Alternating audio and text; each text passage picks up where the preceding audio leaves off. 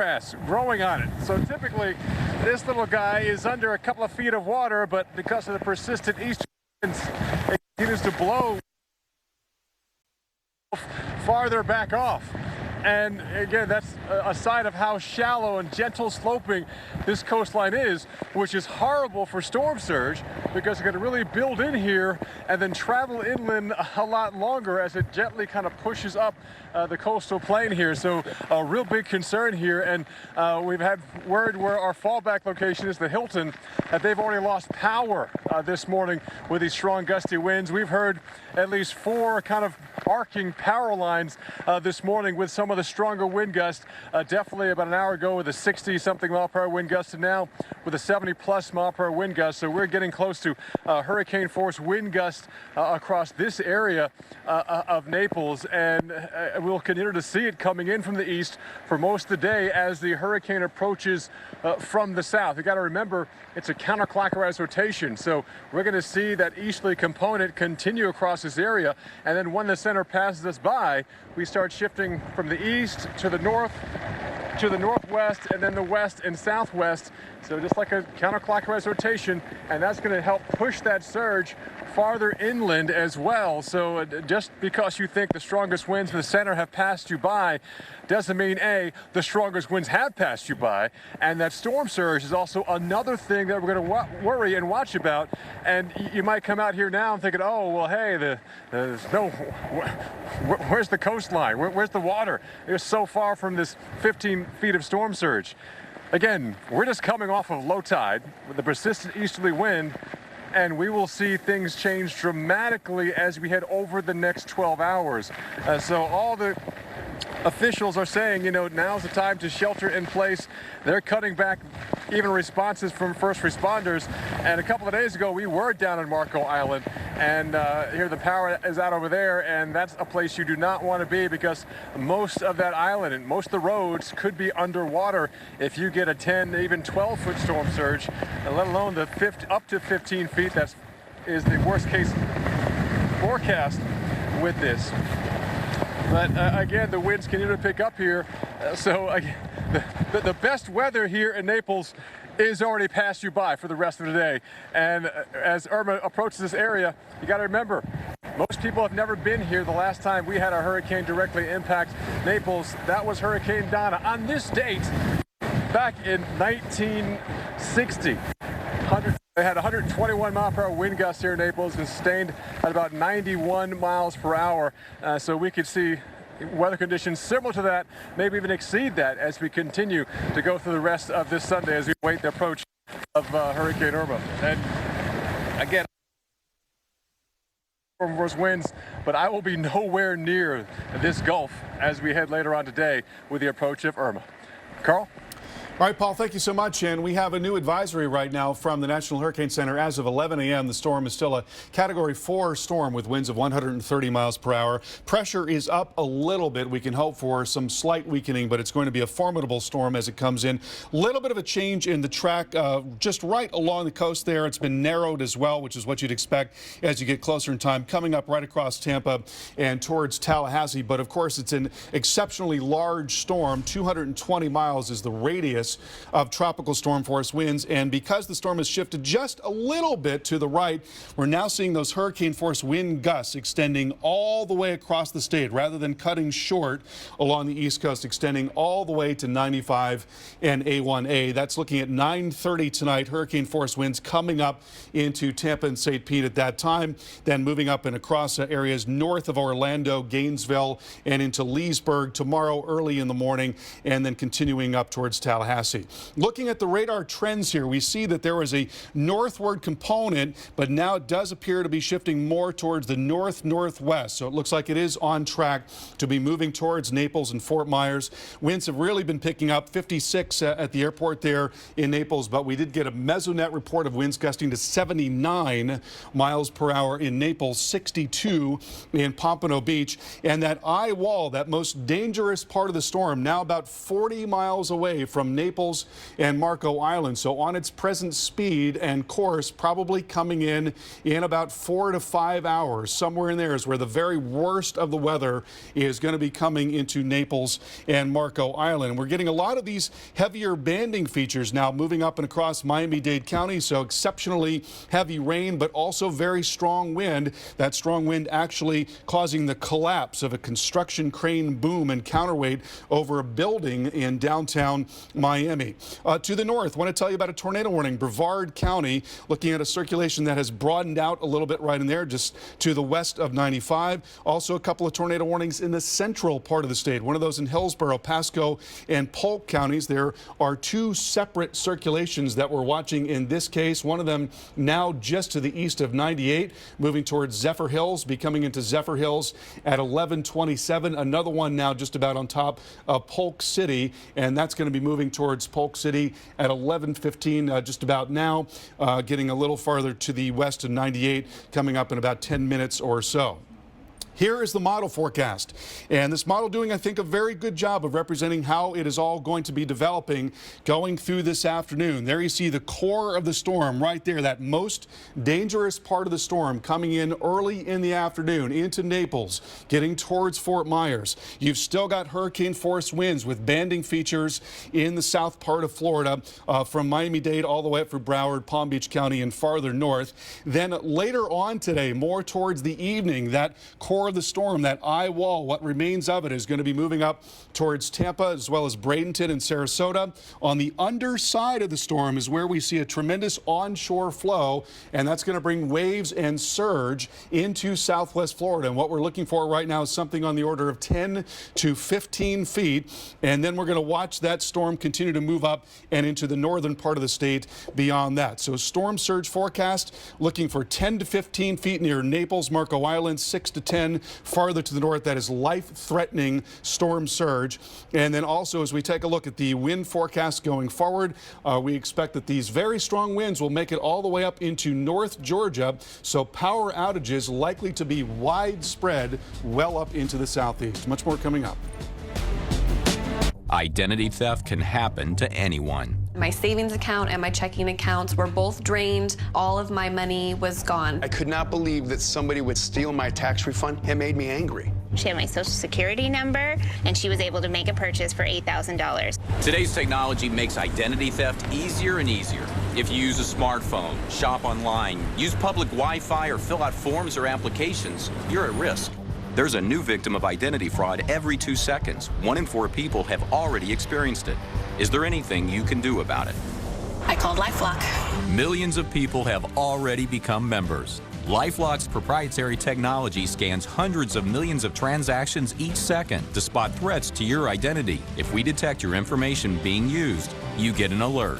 If you have a problem, a U.S.-based restoration agent will work to fix it.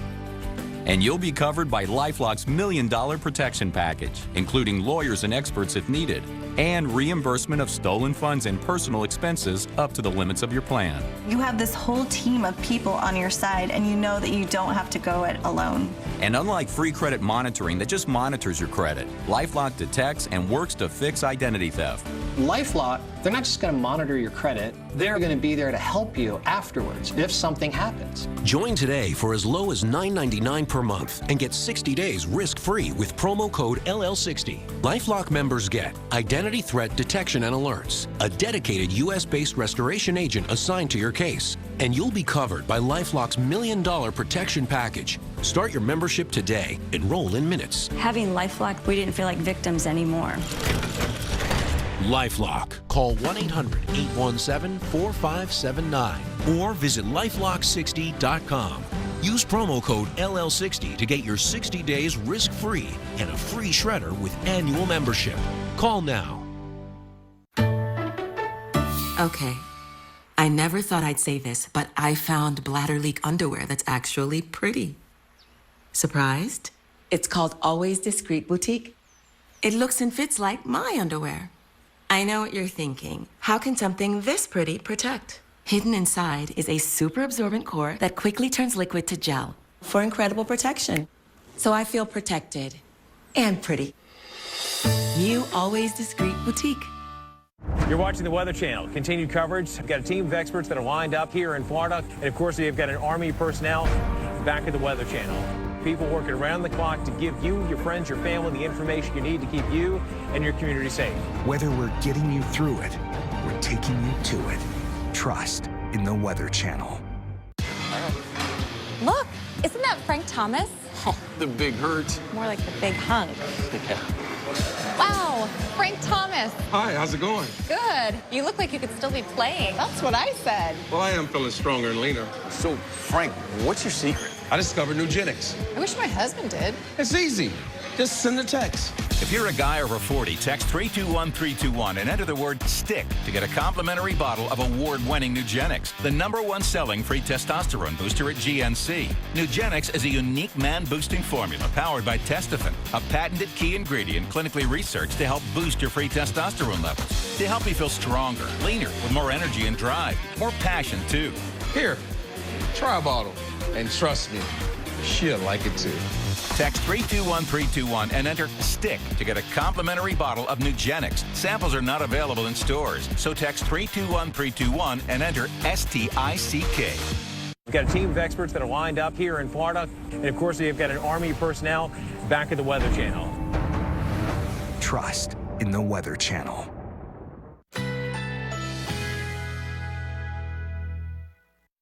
Currently in our area, 67 degrees under fair skies.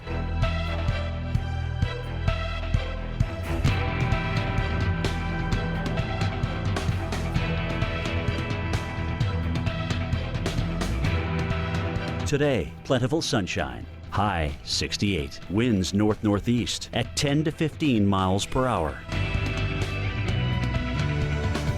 Tonight, some clouds this evening.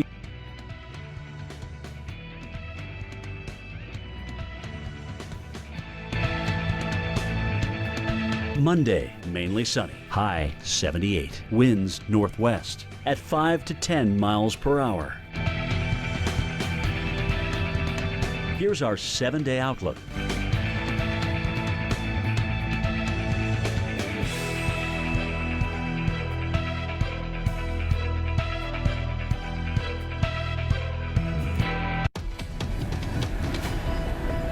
And breaking news, of course, we're going to start getting more and more news now as we get closer to the center of the hurricane across the mainland here in Florida. News out of Miami right now. And you saw Mike Seidel's shots of taking it on the chin there right in downtown. Well, at least one construction crane has collapsed on a building, at least one on a building in downtown Miami as Hurricane Irma has brought these incredible winds. Near 100 miles per hour reported at the airport. The crane was reportedly down in an area northeast 2nd Avenue and 3rd Street. Reportedly down on northeast 2nd Avenue and 3rd Street, which isn't too far from where we were. There are literally dozens and dozens of cranes in downtown Miami as a result of the incredible boom in this city, especially in the financial district. We were showing you some of these by drone the other day, and we were talking about our concerns for them, especially when we thought that the actual center was going to come right into Miami. So even without the eye wall, and even with a crane wind load, from what I was told to by an operator of 145 miles per hour, we have gotten one of those cranes to collapse, all right? So let's talk about why the wind is so much different when you're up high where these cranes are. I want to bring Carl Parker back in to talk about this. Carl, again, the higher up you go, and the first best example of this is the hurricane hunters. Right? I mean, we see their winds so much stronger than the flight level than we do at the surface, but they're stronger too at the top of some of these big skyscrapers. Yeah, exactly, Jim. And when you don't have friction, you're going to get a much stronger wind. We see that in the velocity data all the time, that the winds, in fact, all across areas of the Atlantic just off the coast of South Florida, now well above 100 miles per hour. And so where we get heavier bands, it brings that down. But if you've got buildings that poke up into that area where you've got those stronger winds, then you're going to increase that wind speed rather dramatically. You know, Jim, I also wanted to tell you about something. I just got word from this from our Dr. Matt Zukowski, because it is really remarkable. You remember seeing the pictures from the Bahamas of the water actually leaving the shoreline in some areas because the offshore flow was so pronounced.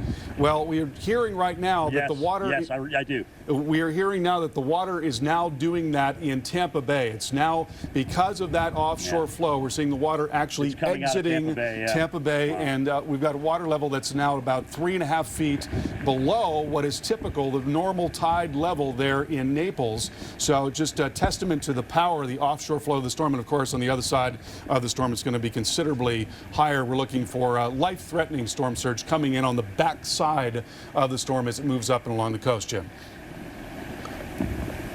Yeah, and Carl, and it's irrelevant if it weakens from 4 to 3. We're still going to get the same fetch and the same return. So guys at home, if you want to see what Carl and I are talking about, take a bowl or I'm sorry, a plate that's got edges on it and fill it up with water, okay, and lay it flat like this. That's on a non-windy day. When you tip that bowl like this, all the water goes from the right side to the left side and more than likely overflows the plate.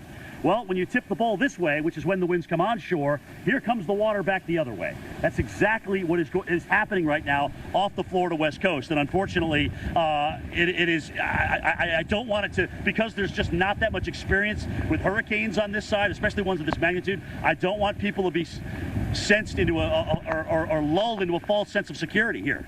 Because it's that water going out that shows you what we anticipated to happen is actually happening. It's confirmation of what is to come. And Carl, give us an idea, if we can time this out, maybe with a wind loop, Cinco, of when we're going to see the center, just kind of go hour by hour, move north. So when it gets into Marco, when it gets into Naples, Fort Lee County, Charlotte County, all the way up to Hernando County, for that matter, if we can, and even into Hillsborough County for Tampa Bay. We can show you when that water is going to come in. And I'm telling you one thing, because I've experienced it a gazillion times. We'll do this when we come back, by the way, how quickly that water comes in. I saw it in Katrina. I saw it in Arthur. Do you remember Arthur? Back on July 4th, a few years ago, I saw that in the Outer Banks, where the wind got pushed toward the mainland in North Carolina, and we were on the Outer Banks. And then when the wind shifted, it came back up on the other side.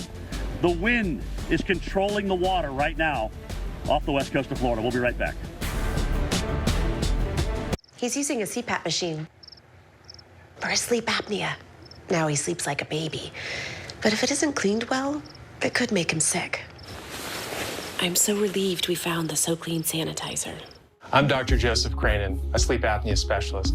I recommend So Clean to my patients because it kills 99.9% of bacteria and germs, significantly reducing the risk of infection from an improperly cleaned CPAP. Just drop the mask in and walk away.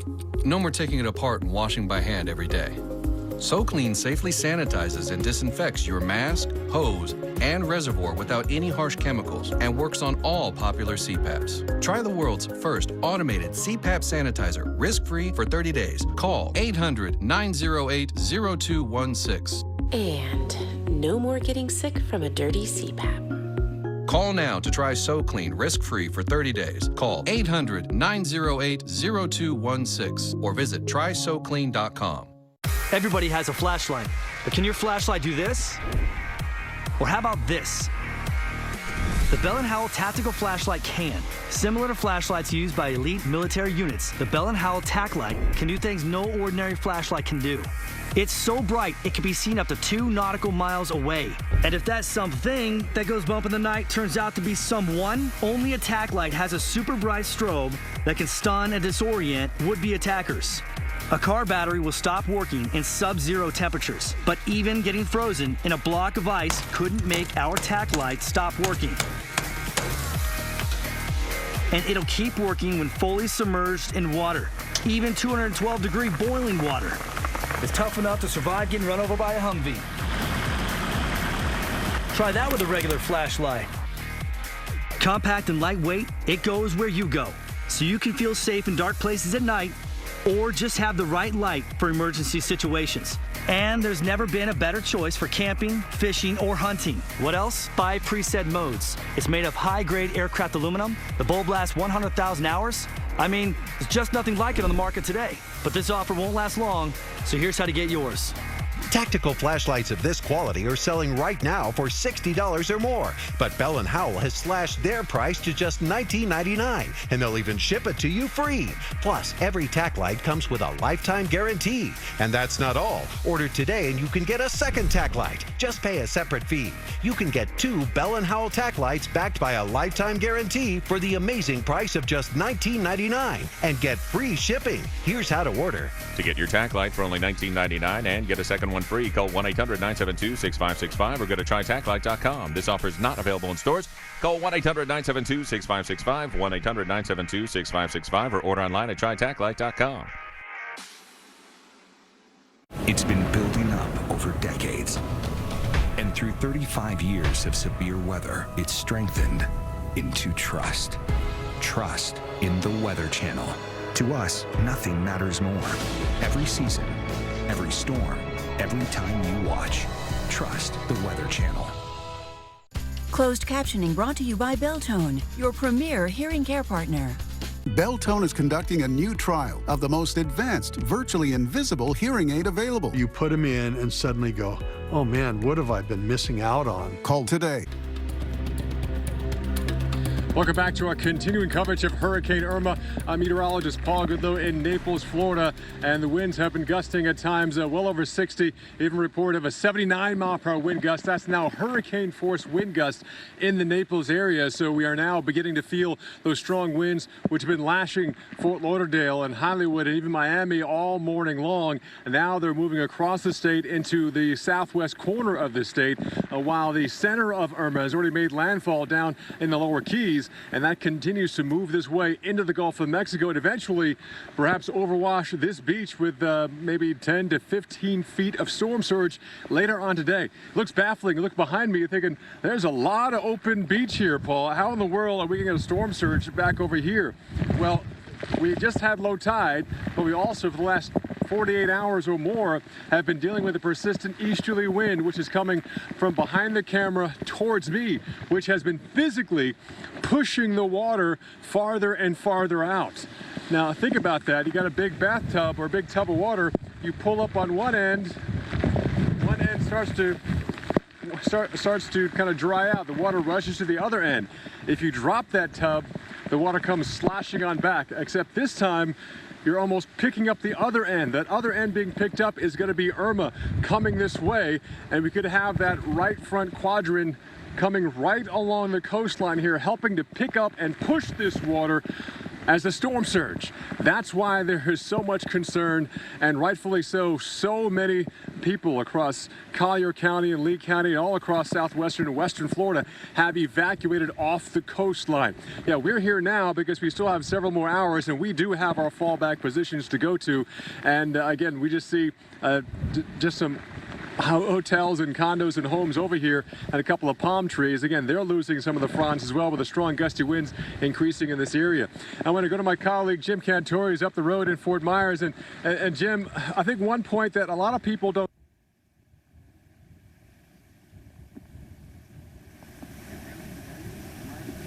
I just lost comms. What's going on? Did you lose comms? We lost. Okay. We lost. I was waiting for the question, and I thought that I just had lost communication for some reason. Anyway, guys, we've had our first little palm frond here down in the parking lot. This isn't the only thing. Probably gusting 50, 55. Now, of course, it stops, but that's what it is. It kind of builds and stops, builds and stops, builds and stops. As a buddy of mine just sent me some video out of the Jasper area, which is north of Atlanta. Okay, and with him. There's already some very breezy, it's a sunny day, but it's getting kind of breezy. So that pressure gradient has already stretched even up to the north side of Atlanta. Wanted to go over here, Steve, because I saw some other tree debris. So look at it, trees like this, real soft wood, they're up against this building. The wind's accelerating a little bit. So we've got just a few limbs down, but trust me, this is nothing compared to what we're going to see at the height of this thing, okay? It's going to get a lot stronger in through here, and that's why we need people to hunker down. But over the next several hours, this is what we anticipate, okay? The winds are going to pick up. They're going to get stronger. We're going to lose power here, all right? I've already briefed my guys on that. We're going to lose power. At some point, because we're actually coming to you from a cell, we're going to try and obviously keep that service up as long as we can. We've got our satellite truck hunkered down in a safe place so we can bring you aftermath and show you what actually happened after this thing goes by. It's hard to believe in 24 hours the sun actually may be out here. Can you believe that? And it's going to be all calm. But we're going to go through a hell of a time before we get there. I'm going to tell you that right now. All right, I want to bring in Carl again. Cinco's got him ready with these graphics. Let's talk about this, Carl. I want you to give everybody who's watching us from Collier to Lee to Charlotte, all the way up to Tampa and Hillsborough County. What's going to happen again? Everybody's talking about this wind now being pushed offshore, even into the Tampa Bay. When's it going to come back in? Yeah, Jim, well, that's going to be on the underside of that eyewall there, and so that's going to be happening through the course of this evening. So we can actually take a look at what is called the HER model here, the High Resolution Rapid Refresh model. And you see that eyewall, which is now probably about 4 to 5 hours away from getting into Naples. So the very worst of the wind is going to be moving into Naples through this afternoon. And then it's on the underside of that circulation right in there. That's when we start seeing that tremendous surge. That'll be coming across the Keys there and into Southwest Florida. We continue to take this into late afternoon. We watch that eyewall come up right into Fort Myers. That's going into, say, 6 o'clock. And so again, on the back side of the circulation, that's when the water's really starting to come up there around Marco Island and Naples. You know, Marco Island, exceptionally vulnerable to surge. You've got a very shallow shelf and a lot of homes that are sitting right on the water there. And we could be talking about water getting to 10 to 15 feet above normally dry ground. Then we take this into the evening. We watch that center of circulation getting farther up towards Siesta Key and Sarasota and Bradenton. That's going into 10 o'clock tonight. So we're starting to see that water rising where Jim is. There's the onshore flow that is coming into Naples there, certainly, but also starting to get into Fort Myers on the underside of the circulation. And then as the storm continues to lift up farther to the north, very strong winds along I-4 between Tampa and Orlando, and on the backside we're starting to see the water coming up with the onshore flow into the late evening and overnight hours around Siesta Key, around Bradenton, and then getting into Tampa and St. Pete overnight tonight, very late tonight and early tomorrow morning, Jim. So you're looking at a prolonged period here of an onshore flow that's going to be occurring on the backside of that core, of that center of circulation as it moves up and along the coast. And let's take a look at the radar picture right now and show you some of what is going on, some of the trends here. We're getting some of the radar data popping out. We saw more of a northward component to the motion within the last couple of hours, but if you eyeball it there, let me redraw that. If you eyeball it, you can see how there was a northward component, and now there appears to be more of a north-northwest component. So I think we had a little bit of a wobble that made it appear as if though it was moving to the north, and now it's more solidly moving off towards the north-northwest. Winds now getting up to 60 miles per hour in Naples. So as more of these bands continue to move onshore, the winds will get stronger and stronger, still gusting to 66 in Pompano Beach. And that eye wall, that's the very most dangerous part of the storm, now only about 40 miles from Marco Island and Naples. And so on its current trajectory and speed, it's probably going to be coming in about 4 to 5 hours or so. That's when the very worst of the weather is going to be moving into Naples. And initially, it's going to be this offshore flow, but that's when we're going to see water actually being pushed away. And then on the backside again is when it's really going to be maximizing in terms of surge and wave action. And then here you see in Miami, we've got some big banding features coming up into South Miami-Dade. You heard about that construction crane collapsing in downtown Miami. Ongoing concerns with wind there. And then on top of all of that, we've got a tornado warning to tell you about. There are actually a couple of them, one in Brevard County here. We've been watching a little circulation, sort of a broader circulation, but then a tinier one that is now right next to the radar. It's just about ready to come into that radar site. See right there, that could very well be a tornado. Let's take that off to the north and west. I'm going to get a sense of the vector here. Looks like that's coming out of the east-southeast, so taking that forward. That'll come towards 95, getting into Melbourne 11:37, just a couple of minutes, and moving towards Sable Elementary School at 11:41. Then into the central part of the state, we've been watching some stronger storms here too, but tornado warnings have been canceled. That's what you expect to see in this case. Oftentimes, you'll have some tornado warnings that will be very fleeting in nature. They tend not to last very long at all. So I want to show you the latest forecast track and intensities from the Hurricane Center. You notice they are taking it right up and along the coast, so it could make landfall at any time this afternoon, depending on exactly how close to the coast it is. If it's a little farther offshore, it may take longer. But the upshot is that we're going to have these hurricane force winds all along this stretch of coastline from southwest Florida, Naples, Fort Myers, right up and into Tampa, all along 75 there, which means a relentless pounding of wind. This is a look at the area of strong winds, and so the cone is related to the center of the circulation, but you see that huge area of hurricane force winds, much larger area of hurricane force gusts solidly now into South Florida. We take it into this evening, 9:30, hurricane force winds sustained now between Naples and Fort Myers up through Siesta Key, Sarasota, Bradenton into Tampa, and hurricane force gusts all the way out to the East Coast from Orlando, from the Space Coast on southward towards Port St. Lucie, right down into Jupiter and down towards Hobie Sound there in West Palm Beach as well. And then that area of hurricane force winds comes up into areas near 75, the Big Bend of Florida, and near 75 northwest of Orlando. Hurricane force gusts into Jacksonville and Orlando, and then you've got the tropical storm force winds that come up even farther to the north. I want to show you a little bit about the long term of the storm here as well. We'll take it forward and go past Monday morning, go into Monday middle of the day. We could see this most dangerous core of the storm coming up into Tallahassee at that time. And then the strong winds are going to get up into Georgia. Now, some of the modeling has told us that we might be looking at winds gusting to 60 to 70 miles per hour in the Atlanta metro. The last time something like this happened was Hurricane Opal, going back to 2005, and we saw a tremendous amount of wind damage in the Atlanta metro. A lot of trees there, and thousands of them came down in Opal. We could be looking at something similar in this case, and then that's going to begin to wind down through the course of the day on Tuesday. So there's a look at the advisory. There are tropical storm warnings now in effect for much of north and central Georgia, as well as parts of South Carolina and even into Alabama. And power outages are likely to be widespread, not just in Florida, but also up through much of the state of Georgia as well, and right into parts of South Carolina because of all that wind. And we want to take a live look right now at Naples, Florida, and the winds now really beginning to pick up in this area. We've gotten a report already of winds gusting to 79 miles per hour at the Mesonet station there in Naples. The airport gusting into the 60s, and so some of these banding features are beginning now to come in.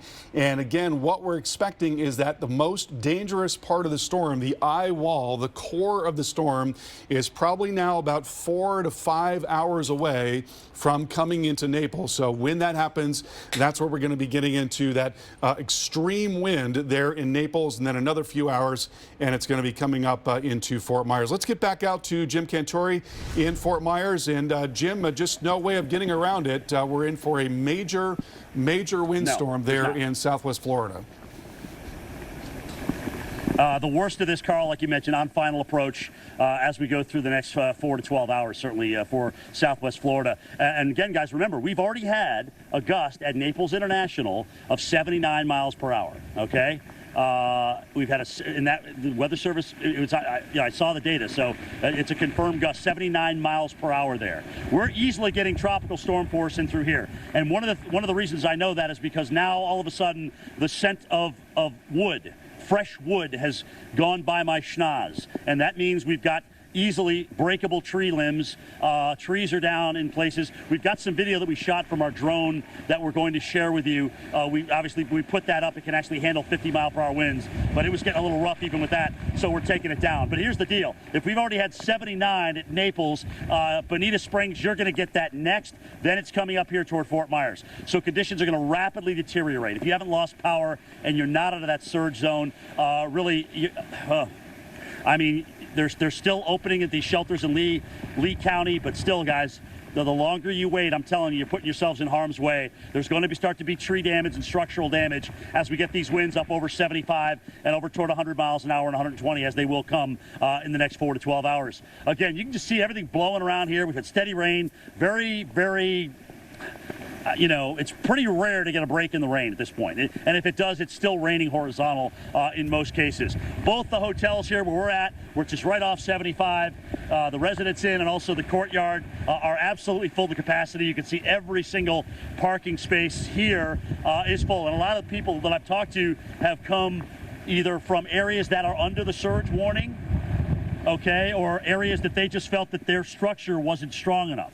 Either way, we're all going to lose power down and through here. And I just want everybody to prepare for that. There's a point where the TV's going to go out. There's a point where the power is going to go out. And then eventually, especially with the kind of wind we're anticipating, cell service will probably also go out. So that's what I want you to plan on if you've still got power. All right, we got Paul Goodloe back. Paul, let me know where you're going from the beach there and getting inland. Let me know when you're going and how far that is from you. Yeah, we're going back to the Hilton eventually once you leave the beach here. We got reports that the Hilton there in Naples has also lost power already. There's a gentleman who lives across the street here. He said they still have power right here along the beach, but farther inland, again, because the wind is coming from inland towards the shore, we've already lost power out here as well. Hey, Jim, if you're still there, I want to ask you a question about just the irony of what's been happening today.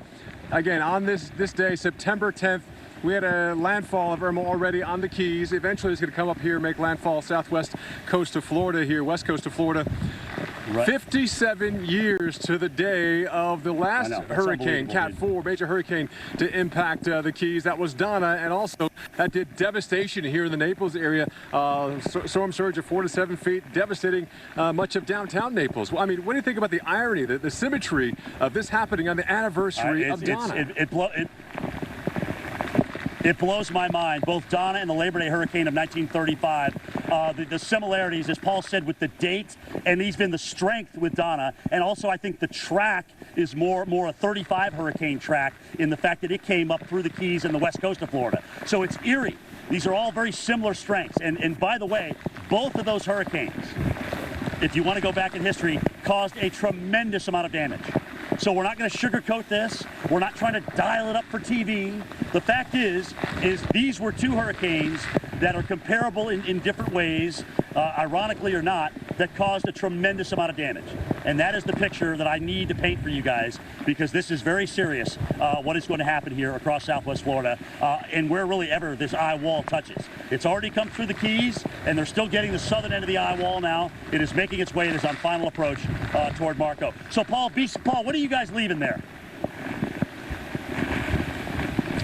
Perhaps around an hour or two, and again, it's amazing watching how much of this Gulf has receded back in there with those strong easterly winds.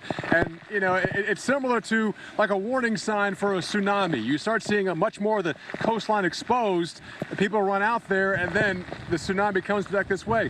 We're not talking about a tsunami, but it's going to be similar to that with a storm surge, in terms of we've seen a lot more of the coastline exposed, and when the surge comes in, it's going to cover that and more, and take that ocean, this Gulf, inland a ways. So I'm really concerned about people out here. In fact, this gentleman we talked to who lives across the street, he's out here kind of walking the beach. Again, we still have a couple of hours ahead of time, but there's not going to be much warning when these winds shift and the surge starts coming this way. And again, he's walking in an area that is typically under a foot or two of water, even at low tide. So it's definitely kind of it's a spectacle to see.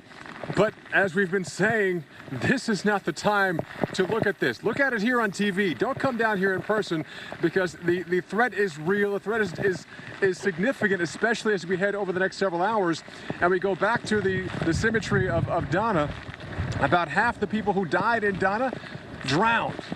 Now, that's so much not from the fresh water like we had with Harvey in Texas. That was from the storm surge, from the Keys all the way through here in the Naples area. That is storm surge, and that's how people drowned. And that's what we're trying not to happen here across Florida, is that storm surge coming in and people drowning because they didn't evacuate, or they came out here to take a look at how much more beach is exposed before that surge comes in here. So yes, it's similar to Donna, even the 35 hurricane, but as we know, Jim, every single hurricane is unique, and Irma already is very unique in its track and its forecast, and already the damage, it's already done. And Paul, the other thing too, I can't imagine what it's like right now, especially in some of these coves where, you know, people have their boat docks and their boats stored, the beautiful mangroves and whatnot, where all that water is drained on out. But I'm going to tell you right now, when that wind turns, even when it starts to calm, All right, if the wind starts to calm, the water's going to start coming back in. And then the wind is just going to shove it in. So it's not only going to come back to where it was, but it's going to go even higher than that. And that's what we're talking about. These storm surge inundation maps are essentially a worst case scenario and the highest the water could get. So if you know that your street and your house is at that, depending on where that worst case scenario is, that could be how high the water is, whether it's your doorstep or actually inside your home. Guys, be careful. Don't misjudge the surge, please. We'll be back.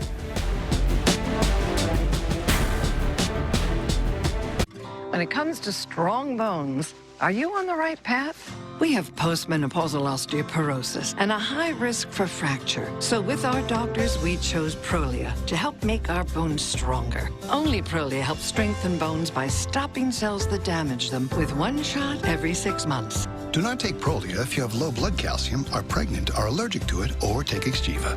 Serious allergic reactions like low blood pressure, trouble breathing, throat tightness, face, lip, or tongue swelling, rash, itching, or hives have happened. Tell your doctor about dental problems, as severe jawbone problems may happen, or new or unusual pain in your hip, groin, or thigh, as unusual thigh bone fractures have occurred. Speak to your doctor before stopping Prolia, as spine and other bone fractures have occurred. Prolia can cause serious side effects, like low blood calcium, serious infections which could need hospitalization, skin problems, and severe bone, joint, or muscle pain. If your bones aren't getting stronger, isn't it time for a new direction? Why wait? Ask your doctor about Prolia. As Hurricane Irma's path continues, there is one place to turn to and to trust. You're watching the Weather Channel. Continued coverage around the clock. We've got a team of experts that are lined up here in Florida. And of course, we've got an Army personnel back at the Weather Channel. Stand by, okay? People working around the clock to give you, your friends, your family the information you need to keep you and your community safe. Whether we're getting you through it or taking you to it, trust in the Weather Channel.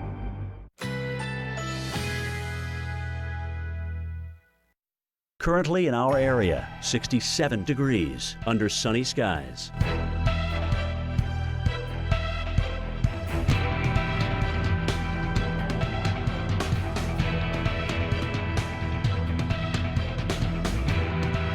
Today, plentiful sunshine. High 68. Winds north-northeast at 10 to 15 miles per hour. Tonight, some clouds this evening.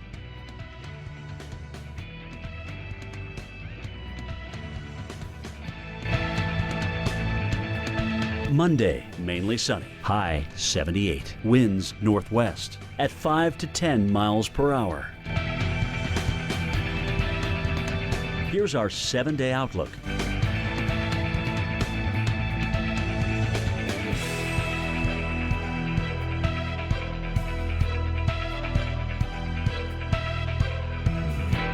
It's always been about the millions of families.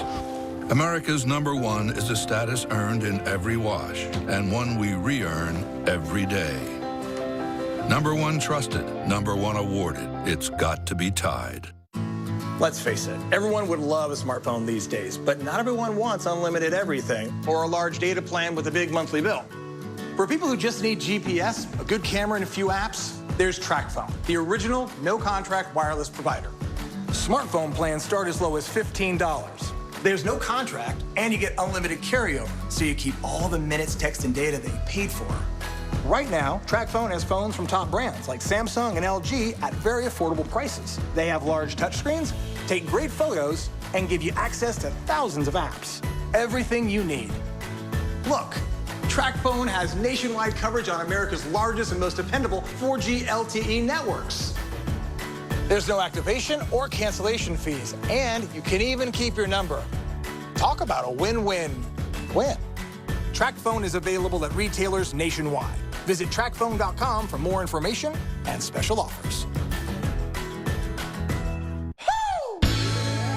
I enjoy the fresher things in life. Fresh towels, fresh soaps, and of course, TripAdvisor's freshest, lowest prices. So, if you're anything like me, you'll want to check TripAdvisor. We now instantly compare prices from over 200 booking sites to find you the lowest price on the hotel you want. Go on, try something fresh. TripAdvisor, the latest reviews, the lowest prices. Are you getting the most out of your Medicare plan? Are you sure? Many people with Medicare are eligible for plans that include extra benefits in addition to those found in original Medicare. Benefits like dental, vision, and prescription drug coverage. Call now to see if you're eligible to enroll. The consultation is free with no obligation to enroll. In addition to hospital and medical coverage, at no extra cost, you could also get coverage for prescription drugs, dental, hearing, vision, and more. In many areas, plans with benefits are available with $0 copays for many services, $0 monthly premiums, or $0 deductibles. That's hospital, medical, prescription drug, dental coverage, and more included in one plan with premiums that may be as low as $0 a month. Call now to see if you're eligible to enroll. The consultation is free and there's no obligation to enroll. Call 1-800-311-8150. That's 1-800-311-8150. We've got a team of experts that are lined up here in Florida. And of course, we've got an Army personnel back at the Weather Channel. Trust in the Weather Channel.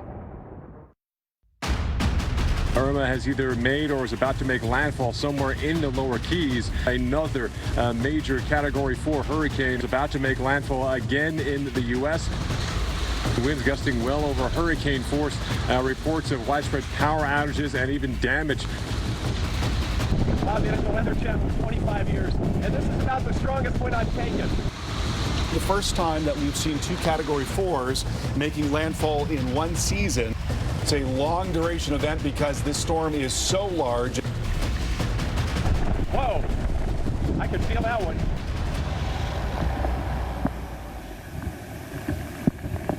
All right, guys. We haven't seen the worst of this in Southwest Florida. We are talking about something that is going to be a very powerful and destructive hurricane. There's no getting around it. There's no sugarcoating it. It's probably going to stay very close to the intensity that it's at right now. 5 miles an hour either way is not going to make any difference whatsoever. And here's what a tropical storm wind gust did where we are in Fort Myers. Okay? Just kind of pulled the piece of this right off. Again, what you've got to remember is once you start getting around these buildings, a 50-mile-an-hour wind can turn into a 75-mile-per-hour wind just because of the Venturi effect, the way it has to be squeezed together and accelerated through that area. And both of these hotels, the parking lots are absolutely full with folks at the present time. Stick around. We are going to hear from Governor Rick Scott in just a moment. We got a chance to talk to him earlier on the Weather Channel. And I won't lie. I mean, just watching him over the past several days and even other events, I can tell he's very worried about his state. And he's very worried about the people. That's his number one concern right now. I know that he wants to make sure that everybody who had a chance to leave did. He wants to make sure that, you know, everything was done that could have been done so that they could help you get out of harm's way. From the Weather Service and the evacuation orders to the Hurricane Center to the hurricane hunters being our heroes in the first line of defense. I hope that everybody's prepared for this because there's no way around it. It is going to be a very destructive hurricane as we go through the next 12 hours here in Southwest Florida. All right? And I can't believe the sun may even come out tomorrow. Nikki, what time is that presser scheduled with the governor? About how much time? All right, so 12 people. Right at noon, we're going to get that. Again, guys, we're at the Courtyard and the Residence Inn right here just off of 75. This is right near the Germain Arena area where they're housing over 5,000 people right now. 5,000. Lee County alone has 30,000 people in shelters. 30,000 people, which is just an incredible number of people. And they are ready and willing even to accept others. But here's the deal. If you're going to evacuate, you need to do it now because there is, again, signs of debris rolling around on the roads. There are winds with these bands that are going to get stronger and stronger and stronger. And we're going to be in the worst of this probably over the next 4 to 6 hours as it continues to come onto the north. The radars are out right now, at least temporarily. I don't know if that's just temporary in Miami and also Key West. So we have to look at this from Tampa's radar, at least, you know, from a radar scope or a Doppler radar perspective. Some of the local stations certainly may have their own radars, but we have to look at it from those radars. And, you know, you're not going to get a bird's eye view of where that eye is. But Carl Parker can do that with a composite radar for us. So let's go back to the studio and get an idea of what this thing is doing. Carl, let me ask you, for Naples, for Fort Myers, when would you say that northern eye wall or even northeastern eye wall gets here, depending on which side it goes on? Well, Jim, it looks like it's about 35 to 40 miles away from Naples right now. So you're talking about moving in about 4 to 5 hours. So Fort Myers just a little bit longer than that, closer to 5 to 6 hours, I would say, somewhere in that vicinity. You were talking about the radars also. That apparently, Jim, is a comms issue as opposed to a radar issue. So we do expect to continue to get radar information. Also want to show you here, you notice in the satellite picture, for a time it appeared that the storm was moving straight north, but now it does appear to be on that north-northwest trajectory. It has moved more back towards the north-northwest, and oftentimes you will see that with hurricanes. They will wobble a little bit and give you a false impression. So it does look like we're very much on track for the storm to move right up and along the coast into Naples, Fort Myers, into Siesta Key, into Bradenton, Sarasota, Tampa, and then beyond that towards the Big Bend area and into Tallahassee as it continues to slowly weaken. So looking at the model forecast here, it may not happen exactly like this, but this gives you an idea of how it may go down. And here you see that eye wall starting to approach as we get into the early afternoon. And again, it's probably going to be coming in about 4 hours or so. Then going into late afternoon, we're just getting pounded at that time in Naples and Fort Myers by that most dangerous eye wall. We had winds already of 120 miles per hour in near Key West in the Keys, the middle part of the Keys, and we'll continue to see exceptionally strong wind, well over 100 miles per hour at least in gusts. And you've still got an onshore flow there coming into South Florida, so winds still gusting well over 100 miles per hour. In fact, we just got a report from Broward County of winds gusting to 109 miles per hour. I'll show you that in just a moment. Then here comes the eye wall in moving into Tampa and St. Pete, solidly into Bradenton and Sarasota by late this evening. Winds are beginning to come down just a little bit there in South Florida, but it's going to be hour after hour after hour, and some things, some trees, some tree limbs, power lines, structures are going to give way. Not entire structures necessarily, but parts of them will give way just because of the sheer duration of this event. And then we see that strongest wind coming into that I-4 corridor and points farther north, Leesburg and the Villages and Fruitland Park, coming in early tomorrow morning and then continuing through the middle to latter part of the morning.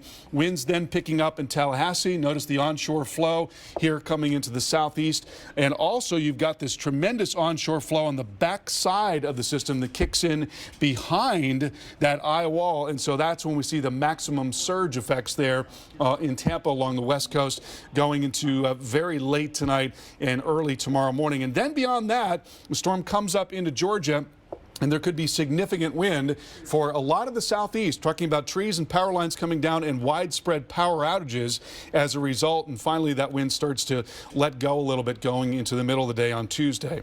So here's a look at the current structure of the storm. And you notice the eye wall sort of truncated here. You've got a ring of storms around the northern part of the eye wall. We're not seeing that on the southern side. Looks like some dry air has infiltrated the circulation, but that northern eye wall certainly holding together, and again is not very far away from Naples. But then you've got these banding features as well, and within those banding features, which now extend across Miami-Dade and also into the southwest part of the state, you're getting exceptionally strong wind. Winds now gusting to 64 in Naples, gusting to 58 in Pompano. And again, you're talking about the eye wall being about 35 miles away from Marco Island, from Naples, actually even a little bit closer to Marco Island. So it's not very far away, moving at its current speed. That brings it in about 4 to 5 hours, somewhere in that vicinity, into Naples there. And as that moves in, that's when we expect to see the extreme wind associated with that. And again, you've got a very healthy band now coming right across southern parts of Miami-Dade. And look at this, the North Perry Airport, and that is in Broward County. We got a wind gust of 109 miles per hour. So that's a good 100 miles away from the core of the storm, and we're still getting winds over 100 miles per hour. So this is why we say this is such a large storm, and the damage is going to be widespread. Also, ongoing tornado warning there in St. Lucie County, and one just off to the northwest, a tornado warning getting up into Okeechobee County as well until 12:15. Storm surge flooding. This is interesting because we've got an offshore flow here, and that is actually driving water out of Tampa Bay. Some of the edges of Tampa Bay showing some ground right now because that water is being driven away from the shore. And in Naples, the water level is 3.5 feet below the normal tide level. So this water being pushed out before the storm, but after it comes in, that's going to change dramatically. And look at this. We're now seeing a water level rise of 3.5 feet at Virginia Key. So this rivals what we saw with Hurricane Wilma. 2.5 feet there in Key West. And we're going to have ongoing surge issues in the eastern part of the state. The forecast, 2 to 4 feet for parts of South Florida, say from Jupiter and on southward Palm Beach County up towards Vero as well. Near Miami-Dade, you've got 3 to 5 feet of surge, and southern Miami-Dade down through the Keys, 5 to 10 feet. Then tremendous surge in southwest Florida, 10 to 15 feet. You do not want to be anywhere near the coast with that level of life-threatening surge. Same story here farther up the coast. Fort Myers getting up into Bradenton, Sarasota, and 5 to 8 feet in Tampa. And again, this is going to be coming in on the backside of that eyewall. 4 to 6 also in Georgia, parts of South Carolina, as well as the Big Bend area of Florida. So looking at the model forecast, you see the continued onshore flow in South Florida with the banding features with winds gusting well into hurricane force. There's the most dangerous part of the storm right there, moving into Naples and Fort Myers this afternoon. Then on the backside of the eyewall, that's when those higher waters, the storm surge flooding, really starts to kick in southwest Florida this evening. Life-threatening storm surge. Eyewalls coming up and into the Tampa metro area with winds gusting over 100 miles per hour. And then we see that storm surge getting up towards Bradenton and Sarasota late tonight and into the early morning hours there in Tampa. So putting all of that together as we take a look at specific impacts in Naples, winds gusting over 100 miles per hour this afternoon. It's going to be developing this afternoon. Storm surge up to 15 feet. Again, that's going to be later on the backside of the eyewall as it comes through. In Tampa, winds gusting over 100 miles per hour overnight tonight, and storm surge up to 8 feet. That'll be overnight into early tomorrow morning. And in Miami, winds gusting over hurricane force, and that's going to be going through the day today, finally settling down a little bit later on tonight. Let's get back out to Jim Cantori covering the storm in Fort Myers. And Jim, so again, to reiterate, nearly as I can tell, I think you're about 4 to 5 hours away from that eyewall. If it's moving at its current speed, though, it may be picking up a little bit of forward speed. Yeah, and we know it's going to do that too, Carl. You know, so that's something we got to anticipate into the factor. Guys, I want to show you this now and just how amazing. You know, you kind of look down under the tree canopy, not much movement at all. You go up toward the top, it's much stronger. So even just going up 20 feet, it's a much different story. You may be able to hear an alarm off in the distance through my mic. I'm not sure. But we just heard this loud boom, and my satellite truck operator is going over to check that out and see what we've got. But again, guys, a lot of these trees are all pine. All this is pine back in here. So when you start thinking about winds that are going to gust well over 100 miles per hour for the time, they're going to go one way at 100 and then come back the other way when we get to the other side of the eye wall. We could have a lot of tree damage in through here. Now, we actually bought a chainsaw because we knew if we wanted to go anywhere besides where we are, we were going to have to cut ourselves out. And I'm not kidding. I'm not just saying that. But that's the reality of the situation. You know, in terms of making preparations for these kind of things, especially when we're talking about a Cat 3, Cat 4 like we have, we know that is something we're going to deal with. Let me show you, as you look at the tree canopy one more time behind me, what it may be blowing like later on this afternoon. Now, this video is from Key West. All right, this is at the boy. We're in love with the Marriott. These are the Marriott property. Beautiful, and they've been so good to us. So we really appreciate that, Marriott. But this is my buddy Paul Menta. He owns and operates Key West First Legal Rum. Okay, they decided to ride it out there. That's his business. I know Paul. I trust him. I can speak of his character, so I'm not worried about him. He's up high. He's out of the surge. But he did shoot some video as the western eye wall was coming into Key West this morning. And you can see how ferocious that is. All right. Now, remember, from what we've heard, we've gotten winds around 100. That may be wind around 100 miles per hour that you're seeing there. The big wind gust was on the east side in Big Pine Key, all right, at 120 miles per hour. So we've already had our first continental United States landfall, and the fact this has come in through the Keys. It's still a Cat 4, winds are 130 miles per hour. Carl's really not been showing you any type of change with that, so there's no reason to believe that we're going to have anything that's significantly weaker at all, and thank goodness not significantly stronger either. But 5 miles an hour either way, guys, isn't going to make a difference. All right, we're still going to get hammered with this thing. There's still going to be a tremendous amount of destruction. If you're watching us, I want you to go back and Google Hurricane Donna, or Google the Labor Day hurricane of 1935. Eerily enough, ironically enough, this is the same date that Donna came in to Southwest Florida 57 years ago, to the September 10th. How weird is that? All right, but that's the truth. But you can see what happened there. We lost a lot of lives, and a lot of that was with the surge. That's why when you hear an evacuation order, it is to get you out of the way of the water.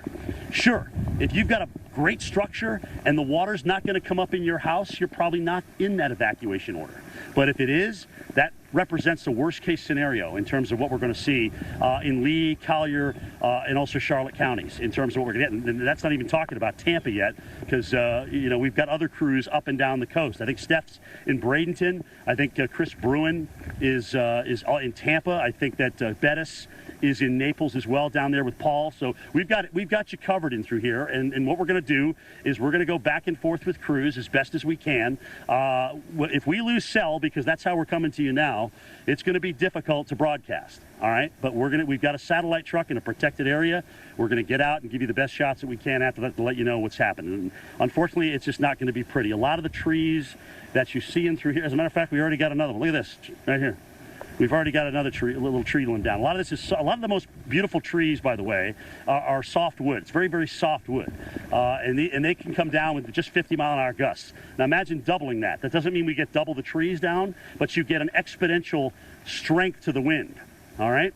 So it's almost squared, actually, the strength of the wind, and you can see what's happened. Now, this thing looks like it was just planted because it's got some plant stakes on it. So this probably hasn't rooted in yet, so this isn't probably a fair example, but we have had limbs down in and around the area, certainly. And it doesn't take much. When you have full canopy of leaves like we have in through here, and let this be a lesson to you, too, if you're watching us in Atlanta. We've got a tropical storm warning out for the Atlanta metro area. Remember what happened in Opal in 1995. And it's not just going to be like a passing thunderstorm. It's not going to last for 10 minutes and then it's over. This is going to go on for hours. The wind is going to build. It's going to change directions a little bit. It's going to be out of the southeast, and then it's going to be out of the southwest, and it's going to move these trees around, like shake them and twist them around. And unfortunately, that is going to cause some tree and power line outages there. Let's go join Governor Rick Scott in his press conference. I just had a briefing with the National Hurricane Center and all Florida counties. Monroe County has reported that water was going over US 1.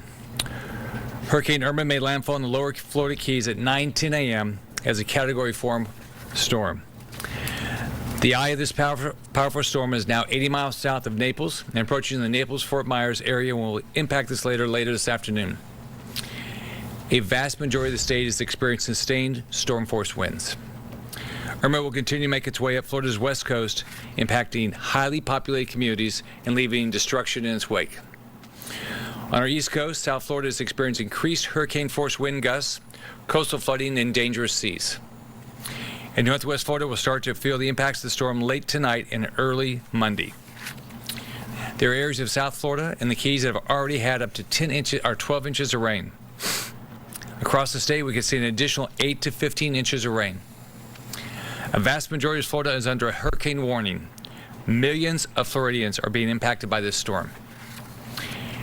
This is a serious threat of serious threat of significant storm surge flooding along the entire west coast of Florida, and this has increased to 15 feet of impact above ground level in southwest Florida.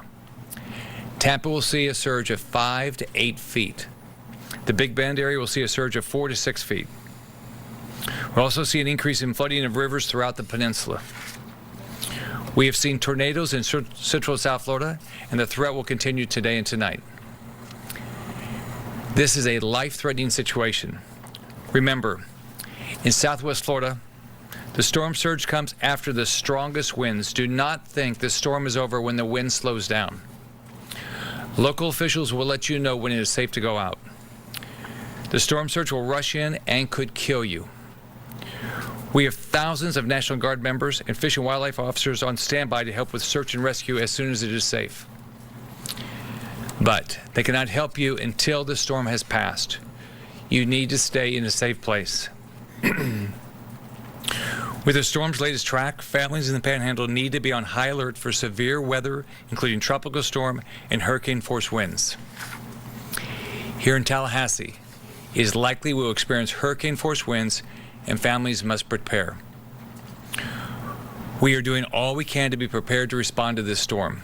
Today, I requested a major disaster declaration from President Trump to help bring important federal resources and aid to Florida. I've spoken with the President nearly every day, as well as today, and as well as our other federal partners. We are working very closely with the federal government to make sure Floridians have the resources they need for this storm. This has been a challenging week for our state. All week, I traveled Florida to spread the message. Take this deadly storm seriously. Stay safe, be prepared, listen to local evacuation advisories. My first duty as governor is to protect the people of Florida, and the storm is here now. Everyone's family matters, every life matters. Please know that we will do anything and everything to protect and rescue every person, and we will spare no expense in doing it. This week has demonstrated that everyone around the world, that Floridians care about each other. We have each other's backs. We're proud to call Florida home, and nothing will change that. While I know we have done everything we could to prepare for this storm, we can never do enough. I've heard from other governors and from people all over the world about the ways they can help our state make it through this destruction. In fact, we have received direct support from 16 states. We've received National Guard. From Texas, we received Fish and Wildlife members. From Ohio, Incident Management Team. From Colorado, Emergency Operations Support Team. We've taken all help and all resources that have been offered. I know Florida is known for our beaches, our theme parks, and our college teams. But our most important asset is our people. Many people from all over this great country and world have asked me what they can do. If you'd like to give, text DISASTER to 20222 to make a one-time $10 donation.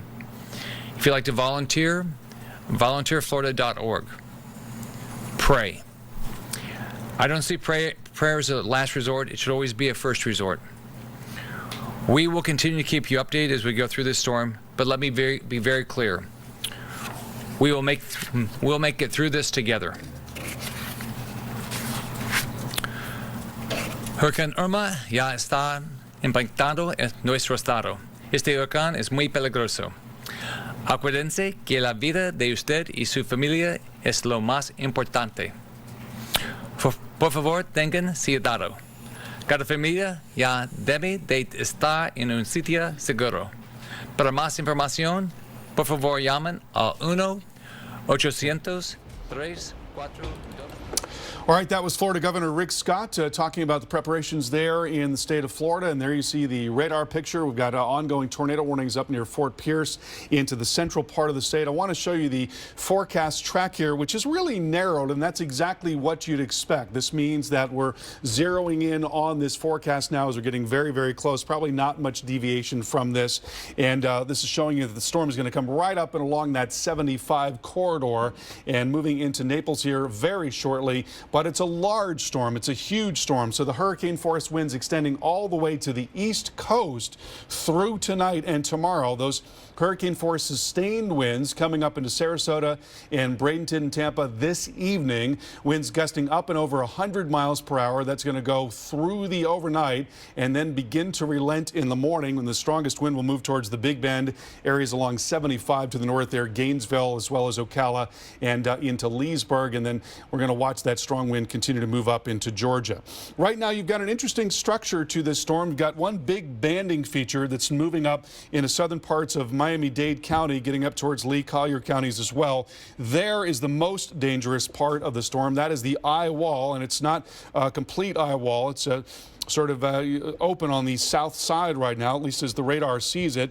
The winds have been very, very strong, well away from the center of the storm, now gusting to 64, but we did get a report of a 79-mile-per-hour wind gust. And again, when you see these bands coming in, that's where the strongest of wind is also going to move in. There's an awful lot of velocity that is off the ground, and the heavier rain in those heavier bands can bring that velocity down. And right now, that northern eyewall is only about 24 miles from Marco Island, so moving north at around 8 miles per hour. That means it's at about 3 hours away, maybe a little less from Marco Island. I hope no one is on Marco Island at this point, because they're going to see the very worst of the wind. And then after the eyewall comes through, we'll be looking at the backside. We'll be looking at an onshore flow that could bring a storm surge of 10 to 15 feet in that area. And let's go out to Ron Blome right now. He's in Tampa, Florida.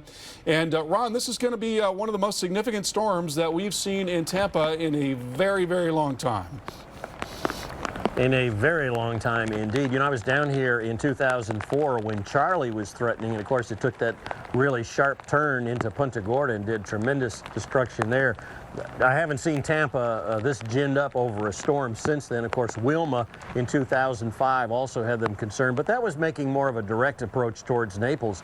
And at that point, you know, Wilma came in with just ferocious winds and crossed the Everglades, gained steam, and battered the East Coast, Fort Lauderdale. So no matter what coast you're on today, we just want to stress that there is a lot of danger out here. In fact, about an hour ago, there were some tornado signatures on radar to the east of Tampa. It's the first real threats we've seen here today along Interstate 4, and we're along Interstate 4, 30, 40 miles to our east. And I saw there was some tornado warnings all the way over to the East Coast. So no matter where this real landfall is, this wind field, as you've been talking about, is so spread out. It's going to be quite a danger. Just some light rain here in Tampa. The roads are deserted. The evacuations are complete. There's 8 shelters just in this county alone. Shelters across the bay over in St. Petersburg, down in Sarasota. They're still bringing in some special needs people, but the word from the EOCs in all the counties here today is shelter now in place, and be prepared to move to those interior rooms if you hear loud noise because of that tornado threat as these winds approach. And you know, I was just thinking, an F1 tornado, we've seen those do a lot of damage. 73 to 112 miles an hour. Well, we're talking about winds in the Tampa area later this evening of 80 to 110 miles an hour or greater. That's the same as an F1, and that's not one that is just going through. Yeah. And okay, let's go down to Paul Goodlow. Speaking of, well, Wilma made its approach into Naples. Paul is down there waiting on Irma. Paul? All right, thanks. That's Ron Blome in Tampa. And Ron, we've been dealing with the now tropical storm force sustained winds. Last check, sustained around 44 miles per hour. That's in the tropical storm force range, gusting now at times to 64 miles per hour. And not only has the wind increased, so has the rain across this area. But again, looking behind me, you can see the water has been pushed back by more than 48 hours of this persistently easterly wind here, getting even more pronounced as we move on towards close eye here and the stronger east side of that hurricane as we head over the next several hours here. So again, we've been out here all morning and gone from gusting winds in the 40s and gusts at times reported into the hurricane force range, but definitely easily in the 60s. And now the wind is on the stinging side as it hits my exposed skin here, as waves of rain are coming around the building in front of me here. And again, the ocean is farther out than it typically is, even at low tide. And as the hurricane comes this way, we'll start seeing this come back, and then even more. A tsunami would, as it goes out and comes back fairly quickly. This will be a little more gradual, but it could be just as devastating across this area as the storm surge comes in, even after the center starts to push by this area. We'll get the backside winds, a pure onshore wind versus the pure offshore wind we've been getting here for quite some time. You know, it's too late for evacuations. If you have not evacuated, it's time just to hunker down. Mike Bedison crew just arrived at our location. They'll be taking over for us shortly. And they're saying even on the roads in here, which is not a very long drive from our hotel, which has already lost power, they're now dangerous to be out here traveling. We're going to take our time, make sure we have a route, and of course, scout the route. All right, Paul, thank you so much. And obviously, you're going to have some communication issues when you're covering a hurricane live. I want to tell you about some of the latest tornado warnings that are in effect. One in Flagler and St. Johns counties. That's going until 1 p.m. Looking at a circulation that is now just offshore here near Crescent Beach and working onshore, sitting right in this area, right where you see that red and green couplet there. So let's take that forward as it's moving off towards the west-southwest. It's going to be coming into Summer Haven, DuPont Center, Gopher Ridge, and also into Hastings as well. Then we'll move a little farther to the south. Other tornado warnings to tell you about getting down here just to the south of Melbourne. That's Brevard and Indian River counties under tornado warning right now. Not seeing anything obvious on the velocity data, but I am right in there. There's another tornado warning that is in effect, and this is for Osceola County. And you see a pretty strong circulation that's showing up sitting right in this area. And we'll take that forward. That's going to come up towards Route 60 in short order here, moving off towards the northwest. Cannot get any towns to show up, so it looks like it is in a more rural area, but certainly you want to watch out for the possibility of a tornado there. Now, let's talk about the model forecast. We're going to see this eye wall of the storm come into southwest Florida this afternoon. That's coming up shortly as the hurricane force wind gusts continue across South Florida, then into this afternoon, moving up there towards Fort Myers. By this evening, the core of the storm getting into Tampa and St. Pete, Bradenton. We're starting to see tremendous surge on the backside of the system right in there. And then it comes up and into north central parts of Florida early tomorrow morning and continues to move into Tallahassee by the time we get into noon tomorrow. And by tomorrow evening, very strong wind coming into the Atlanta metro area. And so we're going to be talking about perhaps some of the greatest wind damage we've seen since Hurricane Opal back in 1995 across northern parts of Georgia. I want to show you some new video coming out of Aventura, Florida. Winds really picking up here, gusting as high as 100 miles per hour in South Florida already. Mr. Phil, you better get down here. 5 men were caught breaking into the Watergate Hotel. No more interviews with White House people. What? The director of the FBI ordered the FBI to stop its own investigation. No one can stop an FBI investigation. Not even the FBI. Washington Post. What you're doing will bring down the whole house of cards. Is the president lying? They're all lying. There's a nickname for you. Deep Throat. Rated PG-13. Opens New York and LA September 29th. With worsening weather patterns, an aging vulnerable power grid, and the growing risk of cyber terrorism, power outages are a part of life now. That can be stressful because we depend on power more than ever. When the power goes out, we lose everything. We can't even charge our smartphones. Now more than ever, you need a Generac automatic home standby generator. With prices starting at just $19.49, you can afford to always have the power you need. With Generac, power stays on in your house, even if you're not at home. I know that when the power goes out, that Generac is going to kick on and I'm going to have power powering my whole house. If it's out for 15 minutes or 4 days, we're going to be okay. We have control over what happens in our lives now. Generac gives us that peace of mind because it is our power grid. Call or go online to schedule your free in-home assessment. Generac has more than 5,000 dealers nationwide that will help you select a home standby generator that will meet your needs and fit within your budget. They'll discuss installation and provide you with a comprehensive estimate. It's a totally free consultation with no obligation to buy. Generac's automatic home standby generators start at just $19.49.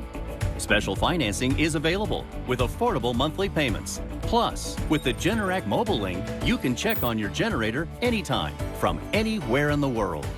With the highest quality construction, exceptional dependability, and state-of-the-art technology, it's easy to see why Generac is the #1 brand of automatic home standby generators in the world. Call or go online to schedule your free in-home assessment. And if you act right now, you'll receive our 7-year extended limited warranty, a $695 value, absolutely free. Control your power and control your life with a Generac automatic home standby generator. Working hard to lower your LDL bad cholesterol? Not making enough progress? You eat well, take the highest dose statin you can, but still aren't getting where you need to be. Now there's Repatha, a different way to reduce LDL and get on the path to dramatically lower numbers. Repatha works differently than your statin to help clear LDL. Repatha plus the highest dose statin drove down LDL an average of 71% more than a statin alone. Do not take Repatha if you are allergic to it. Repatha may cause allergic reactions. Signs include redness, severe rash or itching, swollen face, or trouble breathing. The most common side effects include runny nose, sore throat, common cold symptoms, flu or flu-like symptoms, back pain, and redness, pain, or bruising at the injection site. Added to a highest dose statin, Repatha lowered LDL below 70 for up to 90% of people. Ask if Repatha can get you on the path to way lower LDL. I am so glad Chad and Martha booked this trip on Allegiant.com. They got a great deal on the flight and hotel room. It's so good to see you all again. Yeah, we saved so much with Allegiant. You can really get away your way. We did too. We only packed a carry-on and saved even more. Where are you staying tonight? We flew another airline and blew our budget, so I guess it's the couch for us. Oh.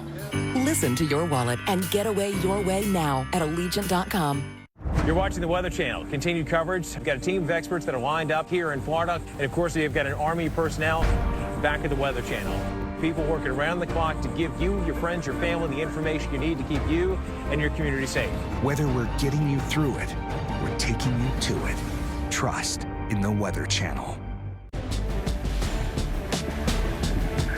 And good afternoon, everyone. We are in Fort Myers, Florida here, just off of Interstate 75, Lee County holding 30,000 people right now in their shelters, according to the Director of Emergency Management here. And again, there are still, believe it or not, places for people. If you're in the surge zone, you need to get there. Time is running out. We are literally 5 hours from the worst of this, probably 3.5 to 4 from when you absolutely cannot be out in it. We've already had gusts near 60 miles per hour, and we just heard from Governor Scott, who is at the Florida State Emergency Operations Center in Tallahassee, talking about how the surge is already over US 1.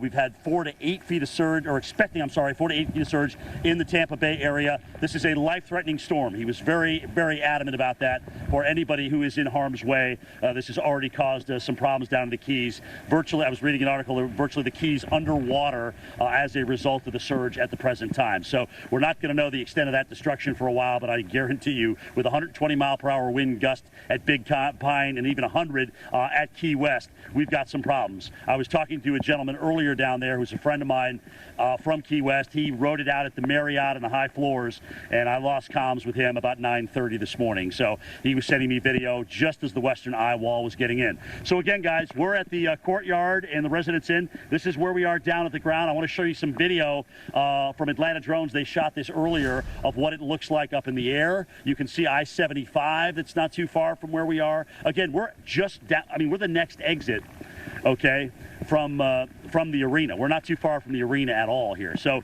we've got just a huge area to cover for you. Obviously in South Florida we can't possibly cover it all, but we want to give you what's happening certainly in Lee County as this area is pretty much hunkered down and shut down for what could be certainly a major destructive blow come in the next 5 to, I'm going to say 10 hours, because we've got to deal with the front side, then potentially the eye in whatever shape that's going to be in, which will may be the best news of all. But the problem is when that wind shifts around, again, if you haven't gotten that message yet, it's going to come in from the west side pretty fiercely at that. All right, we've had a couple of trees down in and around where I am. By the way, I'm hoping to talk to Bill South, who's a National Weather Service forecaster in Key West. He's a senior forecaster there a little bit later on, so stick around for that. Remember, we talked to him yesterday. He's basically at the Weather Service. They have a bunker down there.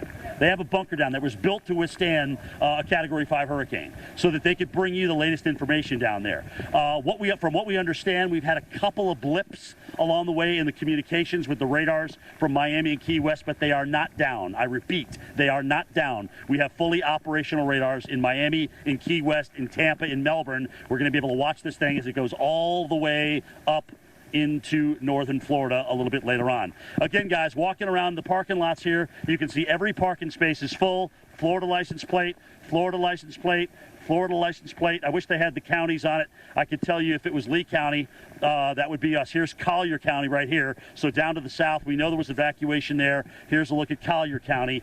Those folks are obviously hunkering down. So as far as the eye can see around these parking lots, we've got people that are just basically stationed here and ready to ride this thing out, hopefully out of the surge. We want everybody out of the surge zone in through here. Again, we know that US 1 right now is underwater down in the Florida Keys as a result of Irma. And Irma does not show any signs of weakening rapidly. It is definitely on final approach into the southwestern part of the Florida, whether it's going to be Naples, whether it's going to be Fort Myers, Marco, possibly even Port Charlotte. That's yet to be determined. But, Carl, we do know that there was a little bit of a shift in the center part of the cone, which may bring it inland a little bit earlier, which, you know, I'm sure is fine for people a little bit up north, but obviously a devastating blow for the Everglades and the Everglades city area. All right, so is Bill joining us from the phone, Nikki? Okay, so are we ready to bring him in? Because I really want to talk to him. Okay, guys, this is senior forecaster with the National Weather Service, Bill South. Bill, let's talk about, first of all, what has happened from what you've heard right now in the Keys. Well, right now we're beginning to get first responders out in the field to assess the damage. We got talked to a couple that stopped by our office to get information whether or not it's safe to go out there. Right now it is in the lower Keys. They've seen a hotel on North Roosevelt Boulevard on the lower Keys has lost its roof. I don't know specifically which one. It's next to Niles Auto. Some roof damage on Duck Avenue in Key West. We've got some finally pictures in from Big Pine Key. It looks like there's still at least 3 to 5 feet of surge there. But at that point, we're looking at that to slowly recede throughout the day. I saw a picture of a roof in somebody's driveway floating. So a lot of tree damage out here as well. And with the ferocity of this thing, you know, I'm just hoping that damage is all we see and not loss of life. How much of US 1 is or has been underwater? From what I hear, most of it has been underwater. They had a skeleton crew from the Monroe County Sheriff's Office that's slowly making their way up the Florida Keys from Key West. Last time we heard from them, they were on Boca Chica, which isn't that far, but they're trying as best they can to get to where we think ground zero is, so to speak, probably from Cudjoe Key to Big Pine Key, where I guess I would say the northeastern portion of the eyewall was the most intense. Key Largo up to the upper Keys, are they getting a wind change now to bring in water from the Bayside? They're about to. Looks like, I mean, the way the storm is oriented, from what we can see, is that that's going to be the main area of impact going forward, because the storm's so large. The outer rain bands and just the general circulation, you know, to speak of, is going to be strong enough to push water in and out of there for the remainder of the day. And Bill, you were talking earlier, I think it was George Stephanopoulos with ABC, about how this reminded you of the 1919 hurricane. Why is that? Well, I was thinking about in the past, I did some research here locally. The 1919 hurricane was also a Category 4 hurricane, but it had an eyewall impact in Key West. Right. It was moving through the Florida Straits to the west-northwest, so almost the northern eyewall moved over Key West, and that was a historical storm in that there were reports of about 15 feet of storm surge in Key West. And that was just a pinpoint in Key West. I guess in overall Florida Keys perspective, I'd still stick to something closer to Donna because in 1960, a Category 4. But you know what? This one may have had a little less surge associated with it, and I think maybe since the southern part of the eyewall was rather open once we got into that, but the northern part of the eyewall in this one was still pretty intense. Yeah. All right, well, Bill, listen, we appreciate the brief. Great work down there. Oh, I'm sorry, go ahead. No, I just think I was just going to end with, I think there was some dry air entrainment into the southern eyewall, which weakened it a little bit, thank God, before it got through us. That's all. Yeah. Yeah, well, hopefully that'll keep it at least at steady state as it gets up and through here. Again, Bill, appreciate the brief. Please pass along, just excellent work to your office down there, and really all of Florida for that matter. Carl, let's bring you in now back at the Weather Channel studios in Atlanta and talk about what you're seeing potentially both on satellite and also radar. You heard Bill talk about a little bit of dry air on that southern eye wall. Is that something that perhaps is still showing up on both radar and satellite? Yeah, we or are both, seeing that. Or one or the other? Yeah, we're definitely seeing it a lot more on radar than on satellite, Jim. You can see where the eye wall is almost open here on the southwest side, but you've got this very dangerous northern part of the eye wall, and for that there is now an extreme wind warning that has been issued for Collier County. That means that winds of 115 miles per hour are likely plus in this area in Collier County, and it's not very far away. This is a relatively new product. Was used actually for the first time last year in Matthew, though it had been in place for about 10 years, and this came about during Hurricane Charlie when there wasn't a product like this. So the Melbourne office issued a tornado warning for the core of Charlie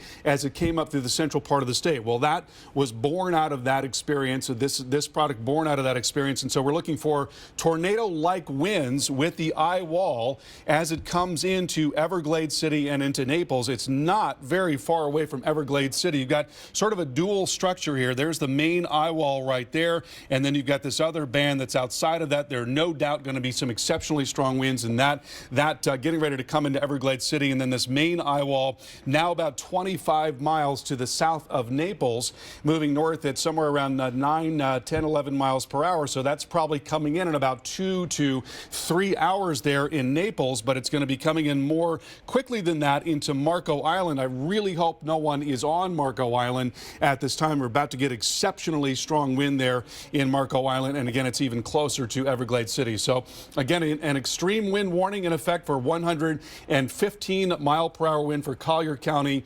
associated with the eye wall of that storm. And there you see the distances to both of those locations there. Now let's talk about the wind that we have seen already, and boy, it's been up there. Winds now gusting to 70 miles per hour in Naples. We got a report of 79 already in Naples. And look at this banding feature that's now moving up through southern and western parts of Miami-Dade County. That will continue to pivot off to the north there through Miami-Dade County, getting up into Broward County, and even ahead of that, where you see those banding features, that's where you get the stronger winds being transferred down from aloft. But even ahead of that, North Perry Airport in Broward County, we got a report of winds gusting to 109 miles per hour. So it's been exceptionally strong wind already, well outside of the area where you've got that core, where you've got the strongest winds. Osceola County under tornado warning right now. And there is now a tornado watch that extends through much of the central and northern part of the state of Florida, also southeast Georgia as well. Also want to talk to you about storm surge flooding. Look at this value right there.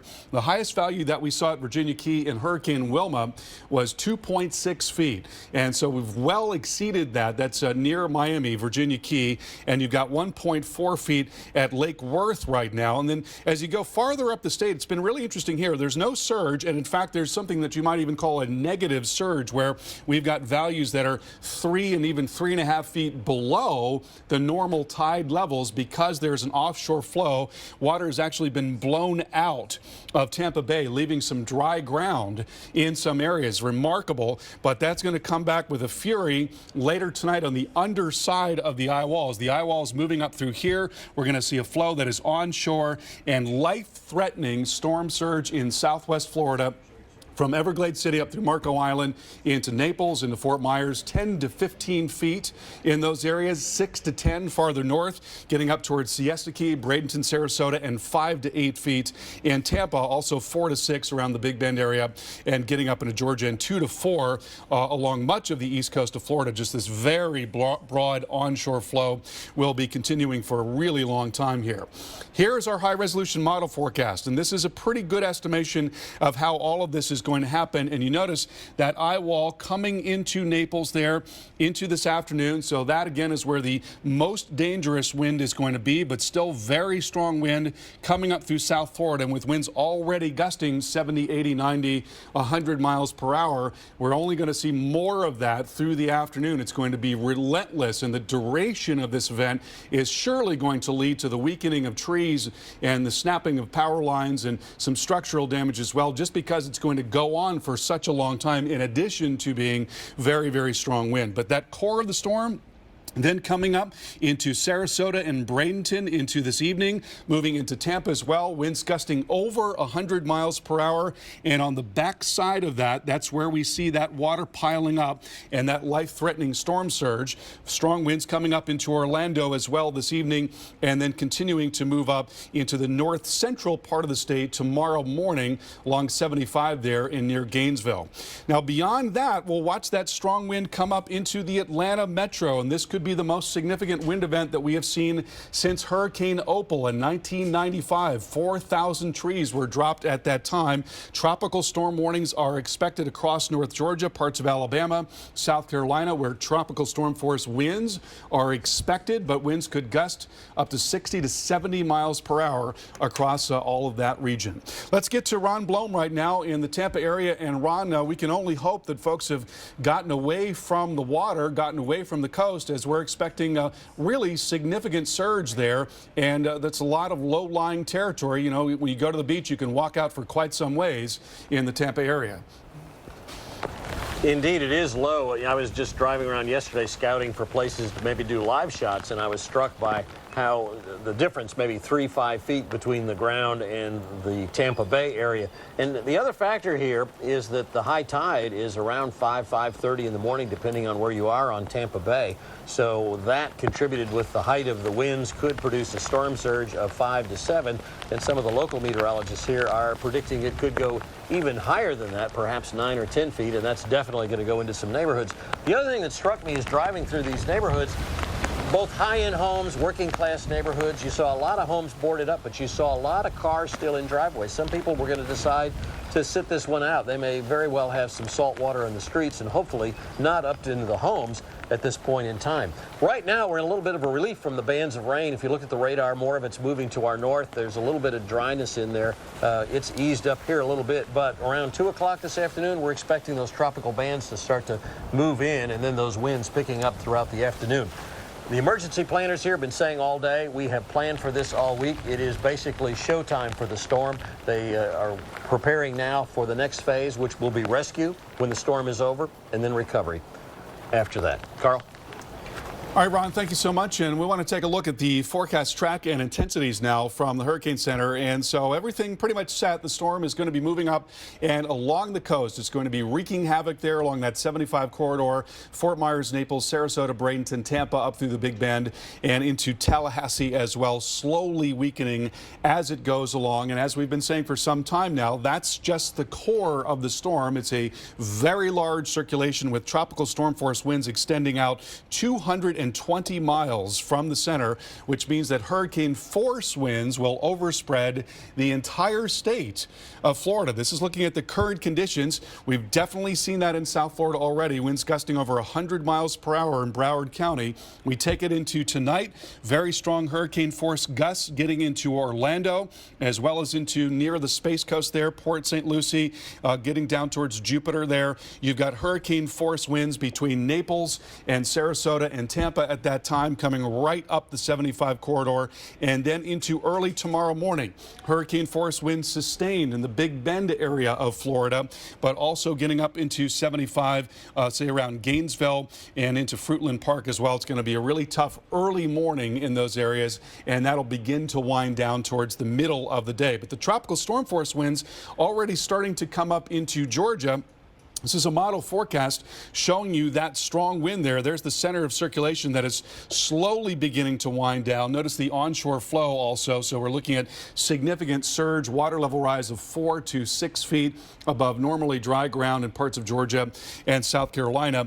And here in the Atlanta metro area, you're going to be looking at winds that are probably sustained around 40 miles per hour, but gusting as high as 60 or 70 miles per hour. And that means a lot of potential for tree damage, tree limbs limbs coming down, power lines coming down. So when we look at the power outage potential, we see that there could be widespread power outages, not just in Florida, but through most of the state of Georgia, much of South Carolina, parts of Tennessee, western North Carolina, and Alabama as well. And then a larger area of possible power outages all the way up almost to the Ohio Valley and well through the state of Tennessee and Alabama. So it's going to be a significant wind event well inland as well. Could be on the order of what we saw with Hurricane Opal in 1995 when 4,000 trees were dropped in Atlanta.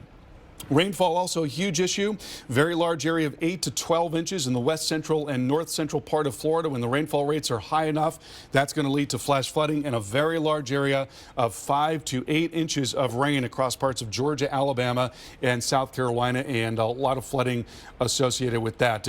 And more immediately, there is now an extreme wind warning in Collier County, and that means winds of 115 miles per hour are not far away. We want to get out to Paul Goodlow, who's in Naples. And Paul, for as tough as things have been already, it's going to get a lot worse here in another 2 to 3 hours where you are.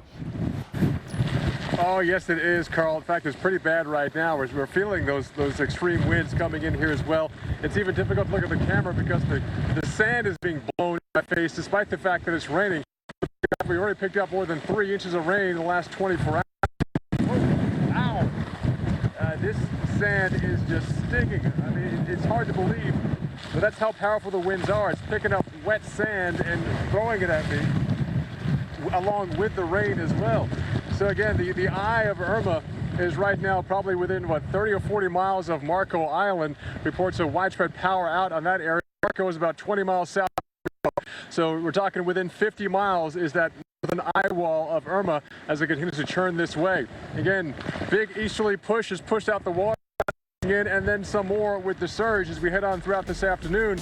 It's going to be dangerous here. Stay in your safe place and ride out Hurricane Irma right here on the Weather Channel.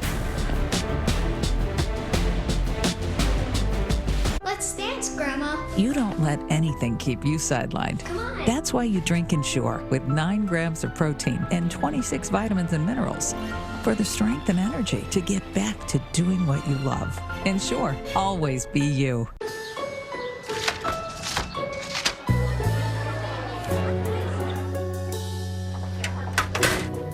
Trade you. Trade you. Trade you. Trade you. Trade you. Trade you. No, thank you.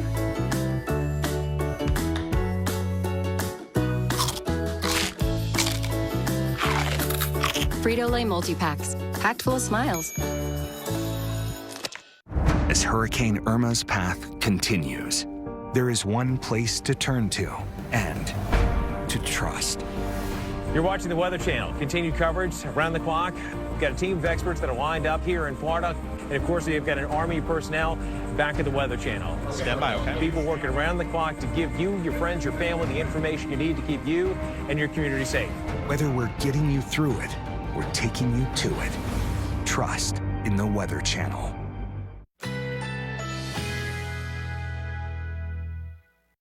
Currently in our area, 69 degrees under sunny skies.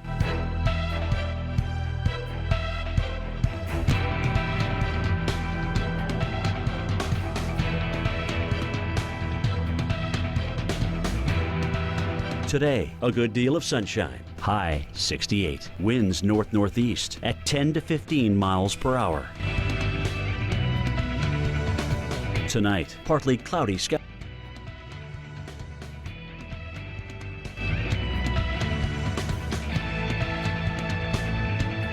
Monday, sunny skies. High 78. Winds north-northwest at 5 to 10 miles per hour. Here's our 7-day outlook.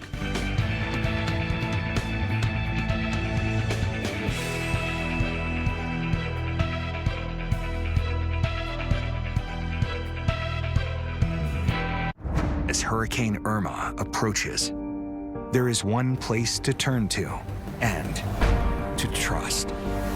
Taking you to the front lines, keeping you ahead of the storm. Experts breaking down the science behind the system. tracking every possible path. Follow the Weather Channel. They're tracking exactly where the storm's going to be. Whether we're getting you through it or taking you to it, trust in the Weather Channel. Welcome to Smarter Investing. At Betterment, we've created automated investing to help people make better financial decisions and reach their goals. We help you manage your money, stay on track for retirement, and seek the returns you deserve. Go to betterment.com/invest and get up to 1 year managed free. Ground in dust and dirt doesn't wait for the big weekly clean. So grab the only cord-free vacuum with the Dyson Digital Motor V8 that has powerful suction to clean deep. And up to 40 minutes runtime to clean anywhere, anytime, by anyone.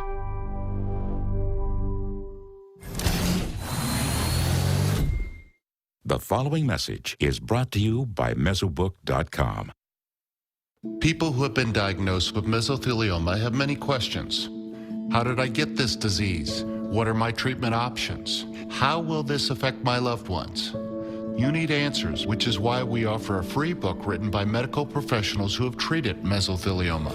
Call toll-free at 1-800-300-7112 or go to mesobook.com. I won this 55-inch TV for less than $30 on DealDash.com. I got this $1,200 computer for $100.71. These aren't actors, they're real people who got real savings at DealDash.com, the fair and honest bidding site. At DealDash.com, you can save up to 99%, but hurry, everything must go. And shipping is always free. Visit DealDash.com and start bidding today. As Irma's path continues, there is one place to turn to and to trust. Trust in the Weather Channel. This is Mike Seidel in downtown Miami, a little after 8 a.m. on Sunday morning, and we are taking the brunt of Hurricane Irma, and we're more than 100 miles from the center, winds blowing at about 50 miles an hour with hurricane force gusts ripping through the city. Woo.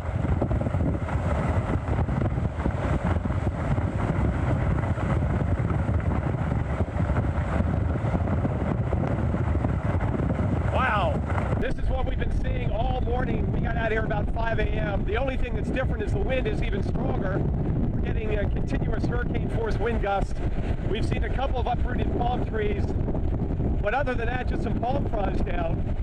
And amazingly, the power here is still on, but you get a sense of what this wind is bouncing me around pretty good. Woo. Wow. It's 10:15 a.m. Sunday morning, and the wind is still battering us here in downtown Miami. We've had hurricane force wind gusts. And look at the angry bay getting blown up the Miami River. We've also got structural damage on the pier.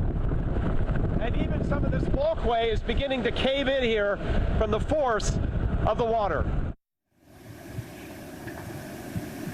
Incredible stuff from Mike Seidel again in Miami, many, many miles away from the center and even the eye wall, but the wind coming right over the water. We talked about that. Just because the center doesn't come over you does not mean that you will not have impacts, and that's exactly what we saw there. Obviously, Miami-Dade, we've had reports, actually we've had sightings, and we've got confirmation of a construction crane that came down, at least one in downtown Miami. We were worried about that yesterday. We were talking about that. All right, I want to bring in Jerry Malik, I'm sorry, sir or ma'am, if I mispronounce your name, the director of Charlotte County Emergency Management. First of all, let's talk about Charlotte County. We know here in Lee County from our brief that there are 30,000 people in shelters here in Lee County. What is that number in Charlotte County?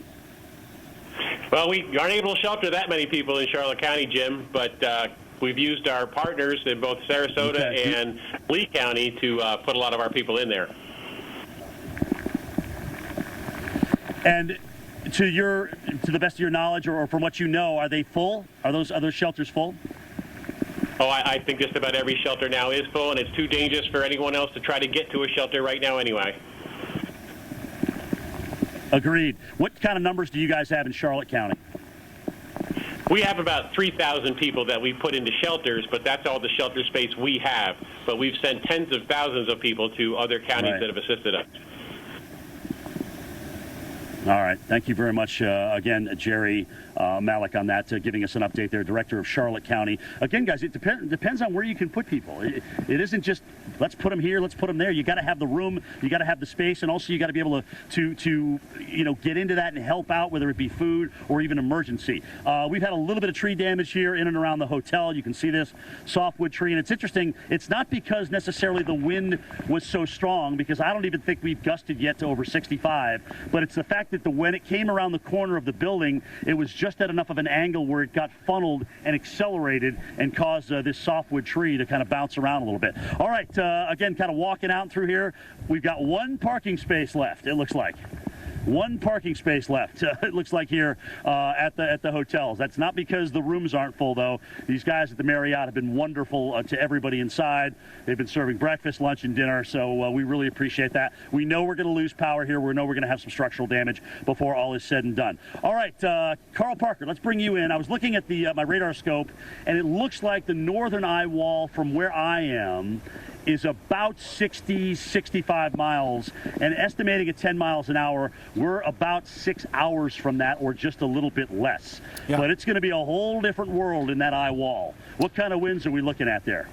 You're looking at winds easily well over 100 miles per hour, and gusts 120 perhaps. We've gotten already winds gusting to 90 miles per hour out ahead of that eye wall. And here's a look at the radar picture. Here's a look at the structure of the storm. So in this area, we've had winds gusting over 100 miles per hour, but there's the core right there, and that's where they're going to be even stronger than that. And in fact, there is now something called an extreme wind warning in effect. Look at that, gusting to 76 now in Naples, and here's the eye wall that's getting ready to come in. Extreme wind warning for winds of 115 miles per hour, tornado-like wind coming towards Everglades City and Marco Island very shortly, and then now not very far away from Naples. Already we've had winds gusting to 90 miles per hour in Naples, and here you've got this eye wall now about 27 miles away from Naples, so about 2 to 3 hours now away from Naples, but certainly conditions very bad out ahead of that. Then a big band now coming up through Miami-Dade County as well. Winds have already been quite strong, gusting to 94 at the airport there, and then to the north of that, a tornado warning in effect for St. Lucie County. A very strong circulation showing up here now, moving off towards the northwest. That's going to be coming right across Route 70 as it moves northwest, heads up there around Route 70. And as you look offshore, look at all of these cells. You see that kidney bean shape in there? All of those cells are rotating, so a flurry of tornado warnings is likely coming into the areas near Melbourne and Vero Beach shortly here, as all of those supercells now begin to come on in. Storm surge flooding 3.6 feet. This exceeds what we saw in Wilmette, Virginia Key near Miami by a full foot. It's way up there, and we expect to see more of that with the onshore flow. There's the core of the storm right there. It's going to come up through Naples and Fort Myers this afternoon, moving up towards Tampa, Sarasota, and Bradenton this evening. Right in there, very strong onshore flow and storm surge on the backside of the system there, and then strong wind coming up through north central Florida overnight and into the early morning hours tomorrow, and then that's going to wind down after that. Life-threatening storm surge, a very strong possibility on the southwest coast of Florida in particular in the wake of that circulation, 4 to 6 feet up into the Big Bend area and parts of Georgia, and that strong wind then coming up into the Atlanta metro area, and that means a strong potential for power outages there. Let's get out now as we continue our coverage here in the Weather Channel to Mike Bettis in Naples, Florida.